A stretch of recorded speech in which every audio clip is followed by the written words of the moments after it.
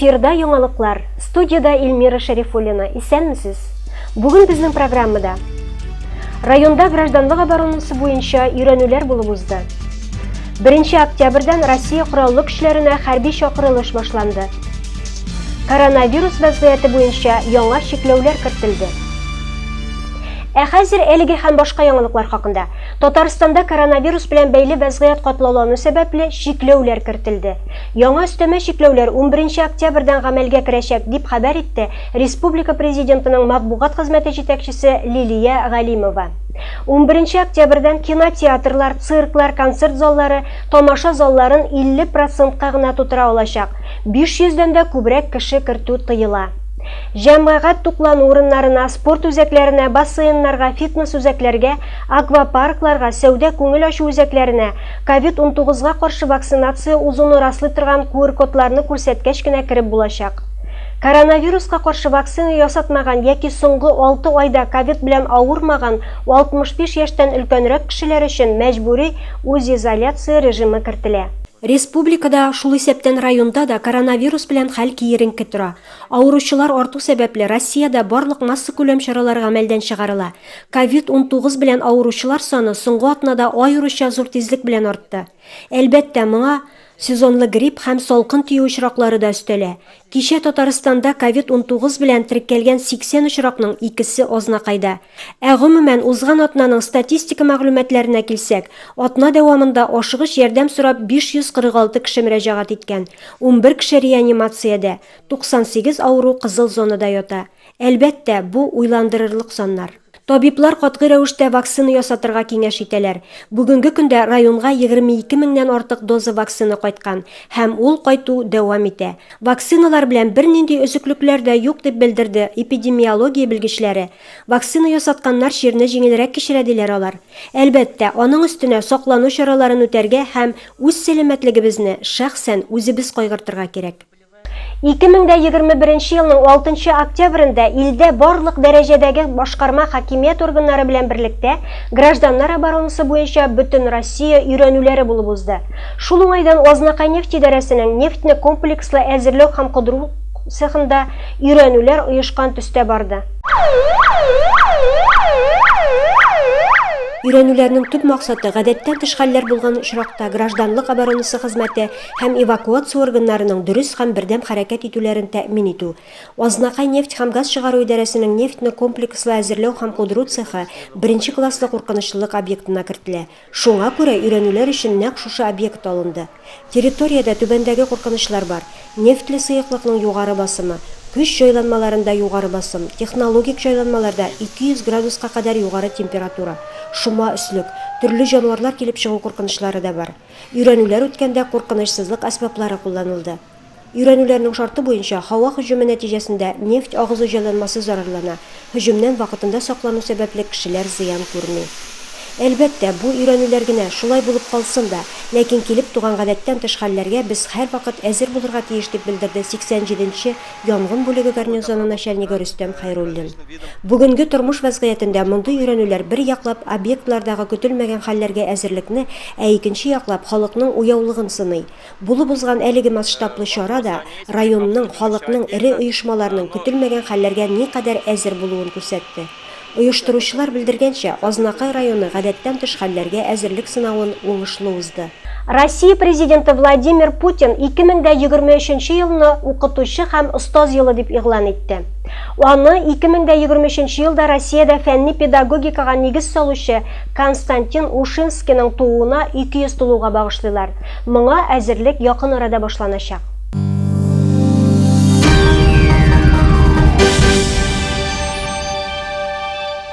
Шәһәребезнең хәрби комиссариатында көзге чакырылыш буенча комиссия утырышы булып узды.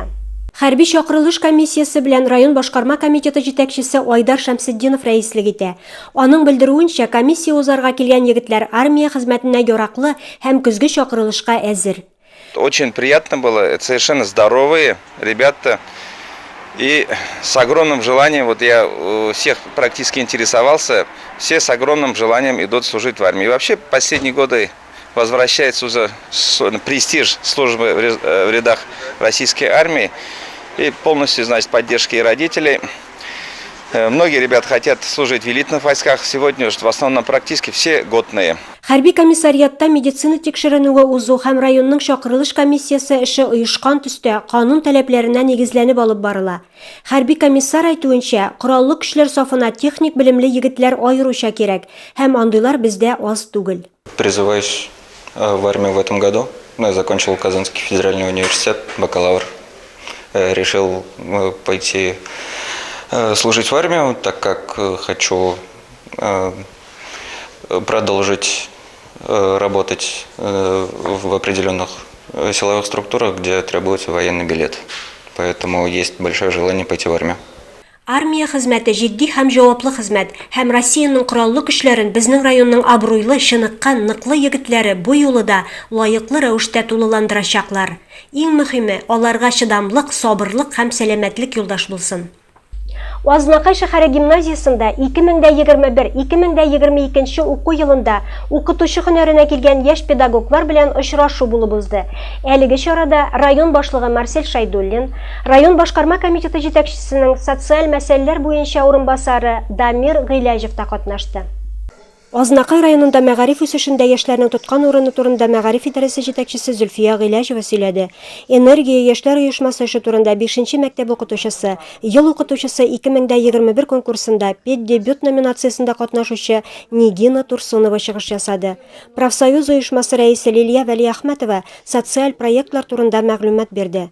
Яшь педагоглар мәгариф өлкәсенә кагылышлы сорауларга җавап алдылар. Алга таба алар укытучы антын бирделәр. Сайлап алынган мөгаллимлек хезмәтендә, тормышта һәм дәрестә һәр вакыт иң югары нәтиҗәләргә омтылырга ант итәм.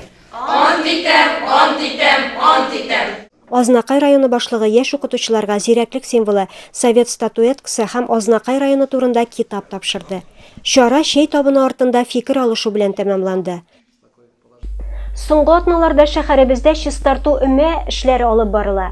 Мондый чара бүген шәһәребезнең татар зияратында да уздырылды. Тулырак алдагы сюжетыбызда. Җомга, игелекләр, изге гамәлләр кыла торган көн. Бүгенге татар зияратында узган өмә дә шундый гамәлләрнең берсе. Иртәдән үк биредә җыештыру, чистарту, агачларны кисү кебек эшләр башкарылды. Әдәм баласының кайчанда булса барачак мәңгелек йорты әнә шулай тәртипкә китерелде. Спорт хәбәрләре. Шушы көннәрдә шәһәребезнең Чатыртау арена спорт комплексында ГТО нормаларын тапшыру буенча спорт ярышлары булып узды. Анда Азнакайның спорт командасы лаеклы беренче урынны яулады. ГТО, ягъни хезмәткә һәм оборонага әзер бөтен Россия комплексы фестиваленең төбәк ярышларында катнашучыларны район башлыгы Марсель Шайдуллин сәламләп, спорт чарасында катнашучыларга уңышлар теләде. Фестивальдә кече яшьтән алып өлкән яшьтә булган спорт сөючеләр озынлыкка сикерүдә, турникта күтәрелү, ту быргыту буенча үзләрен сынап, төп таләпләрне үтәделәр. Алда әйткәнчә, Азнакай командасы Лениногорский, Ютазы, Баулы районы спортчыларын җиңеп, беренче урынны яулады. Татарстан Республикасының Хоккей федерациясе спорт мәктәпләренең, федерация белгечләренең һәм тренерларының сәфәрләрен яңадан башлап җибәрде. Кичә шәһәрнең Боз сараенда Ак Барс академиясе мәктәбеннән вәкилләр килде. Алар Азнакайның яшь хоккейчы спортчыларына осталык дәресләр алып бардылар. Алдагы сюжетыбызда дәвам итәбез. Куркак хоккей уйнамый дип юкка гына әйтмиләр. Яшь хоккейчылар кичкенәдән үк чыныгып үссеннәр, хоккейның тирән серләрен белеп осталыкка ирешсеннәр өчен менә шундый мастер-класслар үткәрү аеруча мөһим. Академия Ак Барс совместно с Федерацией хоккея Республики Татарстан проводит мастер-классы в городах Татарстана для популяризации хоккея. Мы буквально 2 дня назад приезжали сюда уже, разговаривали с тренерами, обсуждали годовой план, который у них на сезон. И надеюсь, что вместе мы сделаем хоккей в Татарстане лучше. Ак Барс академиясының спорт осталары яшь буынны спортка тартуда, хоккей мәктәпләрен камилләштерүдә аеруча нәтиҗәле алымнар белән эш итәләр. Бу булып узган осталык дәресләрендә дә күренде. Мы проводим тренировки нашими специалистами, как для полевых игроков, так и для вратарей. Есть также отдельная методика. Эту методику академик Ак Барс передавала муниципальные школы. Это совместно с федерацией. Да, конечно же, совместно с федерацией, вот мы проводим такие мероприятия. Надеюсь, что мы еще не раз приедем в город Азнакаево. Хоккей тәвәккәлләр уены. Ул шыдамлык та, осталык та таләп итә. Күнегүләр вакытында 25 яшь үсмер хоккейчыбыз тәҗрибәле тренерлар аша боз өстендә ничек үзеңне тотарга, кәшәкәләр һәм алка белән оста хәрәкәтләнергә, капкада саклау чараларына ничек ирешергә һәм башка алымнарны өйрәнделәр. Спорт мәктәпләре өчен мондый осталык дәресләре һәр яңа сезонда үткәреләчәк. Бу сезгә җиткерәсе соңгы хәбәребез иде. Тапшыруыбыз тәмам, игътибарыгыз өчен рәхмәт.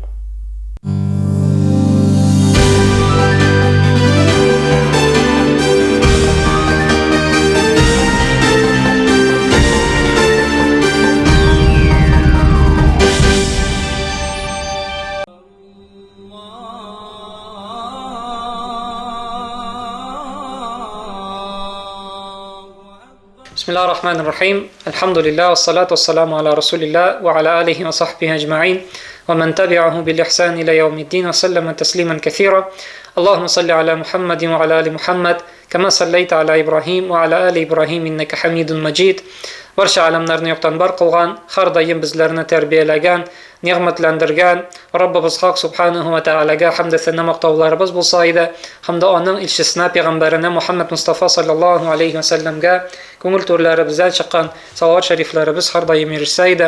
Assalomu alaykum va rahmatullohi va barakatuh, hurmatli jamoat. Alloh taolo shu kunlarimizni, juma kunlarimizni, juma kechlarimizni muborak qilsa edi. Bu kunda qilgan butun amal ibodatlarimizni, izgiliklarimizni qabullardan qilsa edi. Umrlarimizda baxt, saodat, hidoyat, tavfiq, istiqomatlar nasib etsa edi. Butun nosharliklardan bizlarni saqlab, shu ibodat namozlarimizni qabullardan qilib, indajir savoblarimizni qat-qat orttirib bizlarimizga erishtirsa edi. Tega jumada sizning bilan namoz turida söylagan edik. Namoz o'quv fazilati turida jamoatlasha namozni o'quv fazilati turida bugun sizning bilan Alloh bersa shu namozning joni, ruhi turida, ixloslik turida siyarib ketirib Alloh bersa, payg'ambarimiz sallallohu alayhi vasallam bir kunni Bilalga aytgan, endi namoz vaqti kelib jetgach, azon aytgach, Bilal indaning muazzini bo'lgan sahobasi hamda aytgan: "Ey Bilal, arihni bis-sola, bizni namoz bilan yo'l ettir." Ya'ni namozni i'lon et, namoz bilan bizni yo'l ettir. Payg'ambarimiz agarda qarasak, mana shu namozni o'zini uchun yo'l deb ko'rgan, bir lazzat deb ko'rgan. U bilan namozga oshqingan, namoz o'qirga yaratgan, namozda endi u soatlarcha bo'yna turgan, mana shu namozlarni o'qigan, yaratib, tunlari bo'ynada shu namozlarni qilgan. Lekin endi agarda bizning hozirgi vaqtda mana hozirgi musulmonlarning halini qarasak, o'zi bizning halimizga qarasak, biz endi tezroq shu namozni o'qib bitirishga oshig'amiz. Namozga bossak endi yo'l tugul, u bizning uchun nindidir mana напряжение aybet. Mana shu напряжениeni tezroq bitirish uchun tez-tezgina endi namozni o'qib, shu namozdan so'ng yo'l etirga tirishamiz. Ni uchun deganda, chunki bizni dunyo shirnab olgan, biz endi namozdan tezroq qutulib, shu üzülüp yaratgan bizning dunyomizga qaytirga oshig'amiz. Amina endi sahabalar ular nechak bo'lganlar, ular endi shu joni bilan namozni qilganlar, ixlos ravishda namozni qilganlar. Shuning uchun joni bilan namozni qilgan kishi uchun namoz ul lazzat, namoz ul yo'l etu. Endi kim tani bilangina qila, joni bilan tugul, tani bilangina kim qila namozni, uning uchun endi namozi turma ham hasrat bo'la. Mana shunday bir qissa bor. Abu Talha degan bir boy musulmon bor edi, sahaba bor edi, payg'ambarning do'sti. Hamda uning endi ulug' bir bog'chasi bo'lgan, xurmo og'ochlari o'sgan shu bog'chada. Ul bog'cha endi andi bog'chalar andag'i vaqt uchun, Arabiston uchun bek ulug' boylik bo'lgani uchun deganda, chunki mana ulab qarag'iz, shu o'rtasida xurmo og'ochligi, xurmo bog'chasi, hamda shunday bog'cha, shunday xurmalar, yemish bera turgan og'ochlar, ular endi bek ulug' boylik bo'lgan. Ul shu oazis tilarida aytib turishcha, shu oazisda shu bog'chada namoz qilirga yaratgan. Bir kunda nafil namozini qilganda Abu Talha motor bir qush ko'ra. Hamda shu qushga suqlanib qarab, endi namozda ko'p marakag'ati narsa o'qiganini unuta. Hamda endi namozini o'qib bitirgach, oshig'ib payg'ambar yoniga boradi, ayta: "Ey payg'ambar, de, men shu bog'chani senga beram deb bo'lay etam de. Ul bog'chani nechak tilaysan Alloh yo'lida sarf etdi." Ni uchun? Chunki u shu dunyo lazzati, дөнья матурлыгы аны намаз матурлыгыннан мәхрүм итә. Ул инде аңардан куркып, намаз матурлыгын югалтмас өчен шушы бакчасын Аллаһ юлына сарыф итәргә, садака иттереп бирергә карар ала. Шуның өчен менә сахабаларның хәле һәм безнең хәлебез. Алар инде намазны яратып, хәтта инде дөньясын биреп, шушы намазга чыкканнар, ә без инде нәрсәкәй намазыбызны калдырып, күбрәк дөньяга чыгабыз. Нигә соң шушындый аерма? Нигә менә пәйгамбәрбез һәм дә аның сахабалары, улы менә шушы галимнәрнең намазлары һәм дә безнең намазларның нигә андый аермасы бар? Чөнки инде нәрсәкәй без күбрәк дөньяга бирелгәнбез, һәм дә инде безнең ихласыбыз бик зәгыйф. Biz менә шушы намазыбызны җаныбыз белән түгел, тәнебез белән күбрәк кылабыз. Тәнне намазлыкка бастыру җиңел, ә инде җанны намаз укуга китерү ансы инде бик авыр. Менә ничек аны ихласны ничек алырга була? Ничек ихласка килергә була? Инде галимнәр бик күп китаплар язганнар аның турында, бик күп киңәшләр бирәләр, юллар күрсәтәләр. Без инде сезнең белән 3 киңәш турында сөйләшеп китербез. Беренчедән инде менә шушы юлда тырышлык күрсәтү. Ягъни намазыбызны төгәл өйрәнү, намазга басып, намазны практика кылу бит китаптан гына түгел, инде дуга гына түгел, кул күтәреп инде намаз кылу башлау.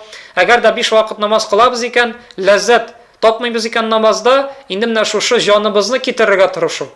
Чөнки менә тырышкан кешегә генә Аллаһ Тәала бирә. Тырышкан кешегә генә Аллаһ Тәала бирә. Әгәр дә намаз автоматик рәвешкә, бер гадәткә генә өйрәнә икән, без тырышлык күрсәтмибез икән, үзебезнең хәлебезне үзгәртергә, намазыбызны яхшыртырга тырышлык күрсәтмибез икән, Аллаһ Тәала безгә аны инде үзгәртмичәк. Үзгәртергә бирмичәк мөмкинчелек. Шуның өчен үзебез тырышлык күрсәтсәк, Аллаһ Тәала безнең хәлебезне үзгәртер.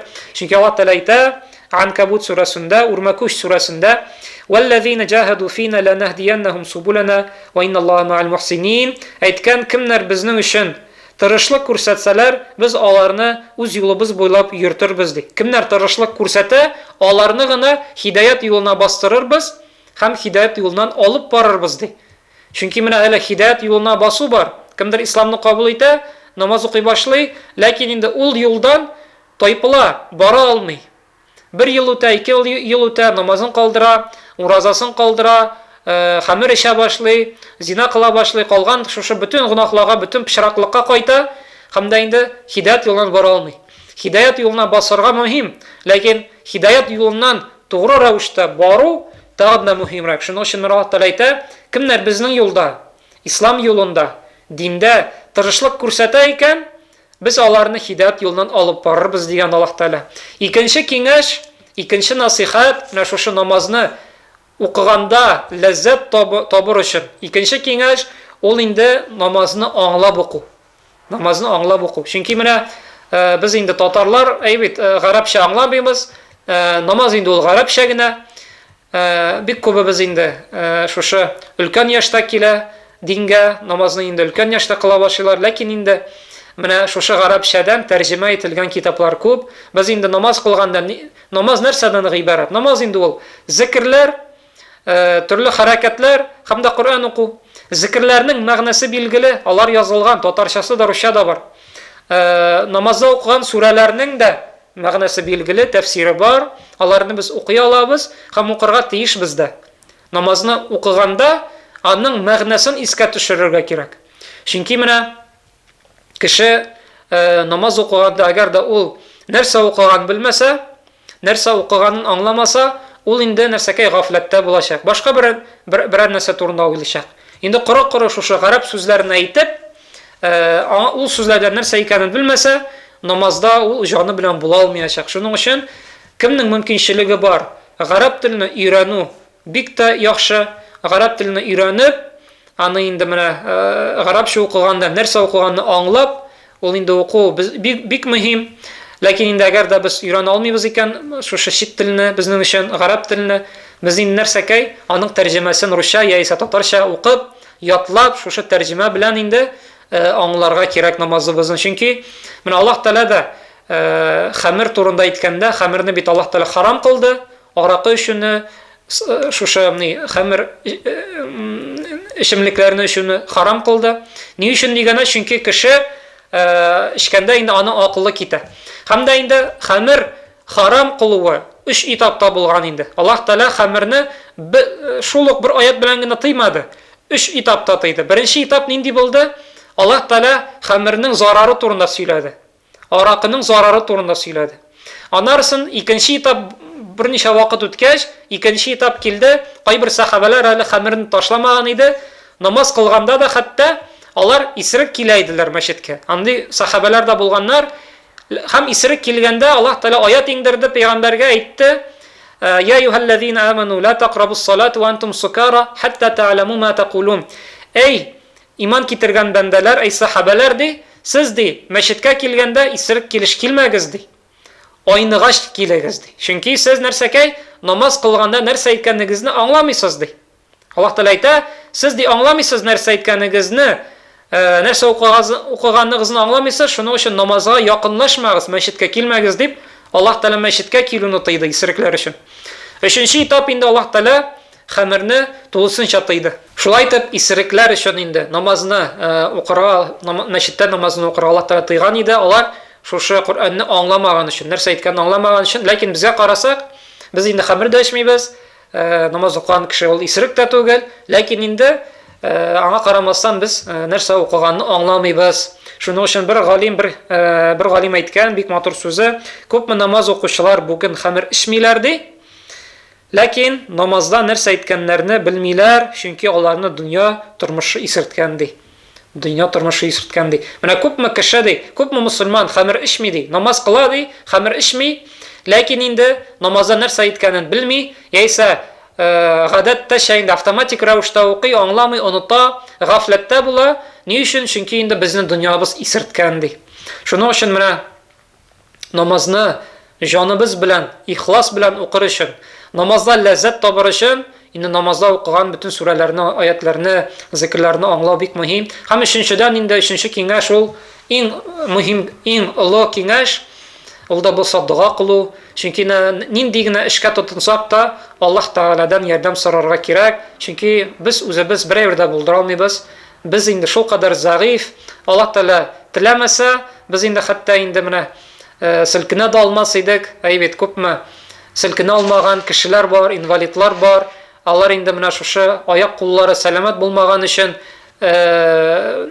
без эшләгән гади әйберләрне эшли алмыйлар. Шуның өчен инде кемгәдер менә шушындый сынау биргән Аллаһ Таала, кемгәдер сау сәламәт иткән, сәламәтлек биргән. Ләкин инде менә Аллаһ Таала теләмәсә, кеше берәр дә эшли алмый.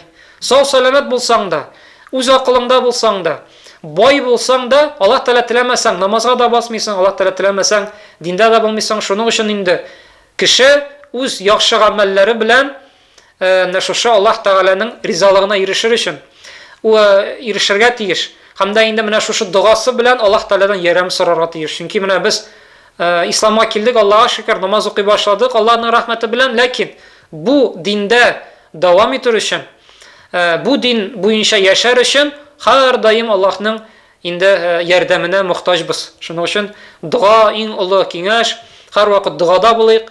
Намазларыбызны, bütün гыйбадәтләребезне яхшы, камил рәвештә укыр өчен Аллаһ Тааладан һәр вакыт ярдәм сорыйк.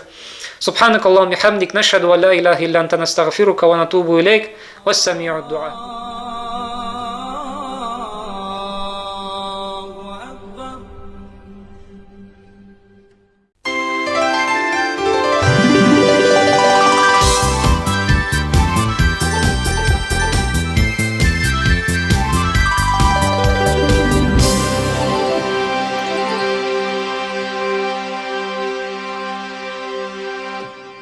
Тоялармы матурлыкны диеп, табигатьнең әллә сынавы, ямьле җәйне искә төшерергә җиткән икән әбиләр чуагы. Исәнмесез, хөрмәтле телевизор караучыларыбыз, эфирда бәйрәмегез котлы булсын тапшыруы. Ямьле күзләргә тагын да ям өстәп, Хәкимова Әнфисә Билал кызын якыннары тәбрикли. 75 яшь, әле матур гомер, борчылмагыз килгән картлыкка. Сәламәтлек күбрәк бирсен Ходай, калган гомер үтсен шатлыкта. Бу юбилей әле тик бер баскыч биеклеккә барган юлларда. Сәламәтлек, шатлык һәм уңышлар юлдаш булсын бик күп елларга.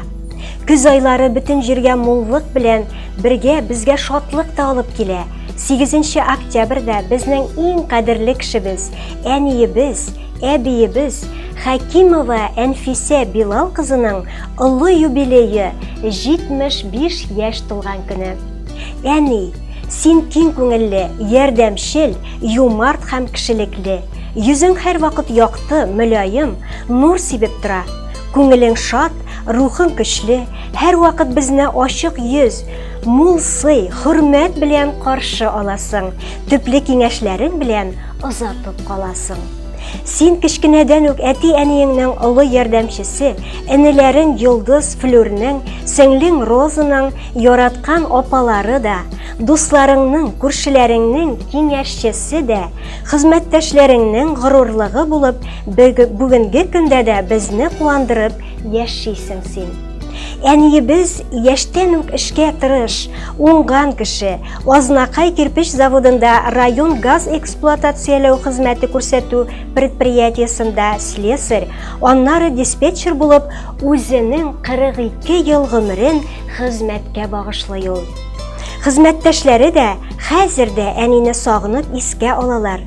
Һәр бәйрәм саен аны чакыралар. Әни бүгенге көндә Әгерҗе авылының мактаулы кешесе. Мул итеп бакча тота, кош-корт асрый, җырларга, биергә дә бик ярата ул. Әгерҗе мәдәният йортында эшләп килүче фольклор түгәрәгенең дә актив кешесе. Алар авылдагы һәр чарада күңелле җыр биюләре белән авыл халкын сөендереп торалар. Әтиебез Мәхсүм белән безне кадерләп үстереп, һәр беребезгә югары белем биреп, олы тормышка чыгардыгыз. Хәзер дә уңышларыбызда сезнең ярдәмегезне тоеп яшибез. Барысы өчен дә чын күңелебездән рәхмәт әйтәбез сезгә. Кызганычка бу шатлыклы көнне әтиебез Мәхсүм дә, олы улың Планетта күрә алмыйлар. Ләкин алар һәр вакыт безнең күңелләрдә. Алар да әни өчен күкләрдән шатланып карап торалардыр сыман тоела. Әниебез, уйлама әле картаям диеп, шат көләч бул, сүнмә, сүрелмә. Кадер хөрмәт күреп үтсен гомерең, урының булсын синең гел түрдә. Туган көнең котлы булсын, безгә бергә бик рәхәт, кылган игелекләреңә әни сиңа 1000 кат рәхмәт. Ходай насип итсен сиңа алдагы көннәреңдә дә сәламәтлек белән гомер итәргә, шатлыкларга сөенеп яшәргә. Әниебез, сине бик яратып, балаларың, онык-оныкчыкларың, кияү киленең, Светлана, Эльвира, Артур, Эмилия, Раяна, Рамиль, Лейсән, Ильяс, Алия котлады дигән әлеге котлау хатында. Менә шушы матур теләкләр кабул булсын, алдагы бүләк сезгә музыкаль бүләк булып барып ирешә. Әни, миш кыймагы пешер әле. Ярар, улым.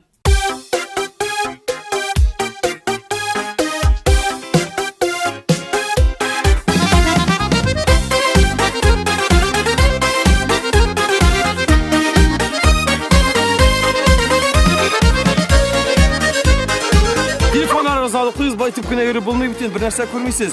Sözün şanala şuğanınız var mı? Hayır. Paketқа pişen tuturup şuğanınız var mı? Yok. Şuğasınız kile mi? Hayır. Gittik eyde. Yaratıp yaşasan ömür matur uza, süyünüp karşılık doğanın arını. Uftanıp yaşasan yürekine tuza, şeşlerge şal kerite zarları.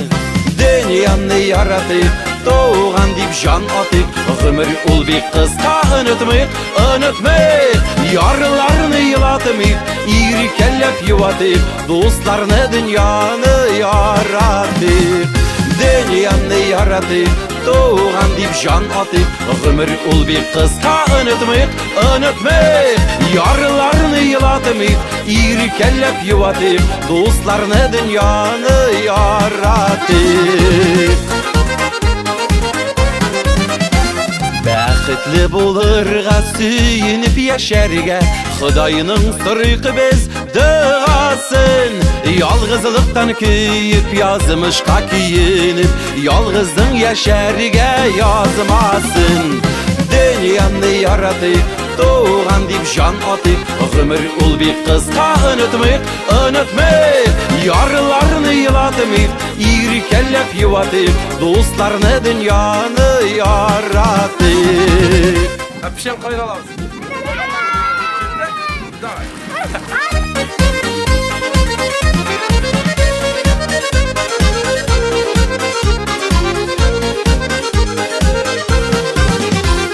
Bulak itik suyu naz kütken canlarga kütüp alık beriga yazılarını yaratıp inide şik yalğız kalganlarga kızgan mi ile şik nazlarını dünyanı yaratıp doğan dip can atıp ömür ul bir kızga unutmayıp yarlarını yılatmayıp iri kellep yuvatıp dostlarını dünyanı yaratıp dünyanı yaratıp doğan dip can atıp ömür ul bir kızga unutmayıp yarlarını yılatmayıp iri kellep yuvatıp dostlarını dünyanı yaratıp yarlarını yılatmayıp iri kellep yuvatıp dostlarını dünyanı yaratıp dostlarını dünyanı yaratıp.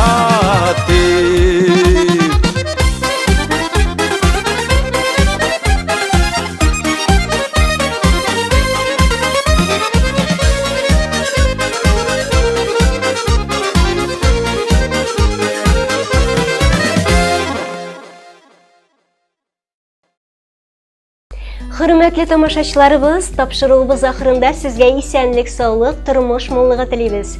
Her tuar günge süyünüp yaşagız. Sağ bulunuz.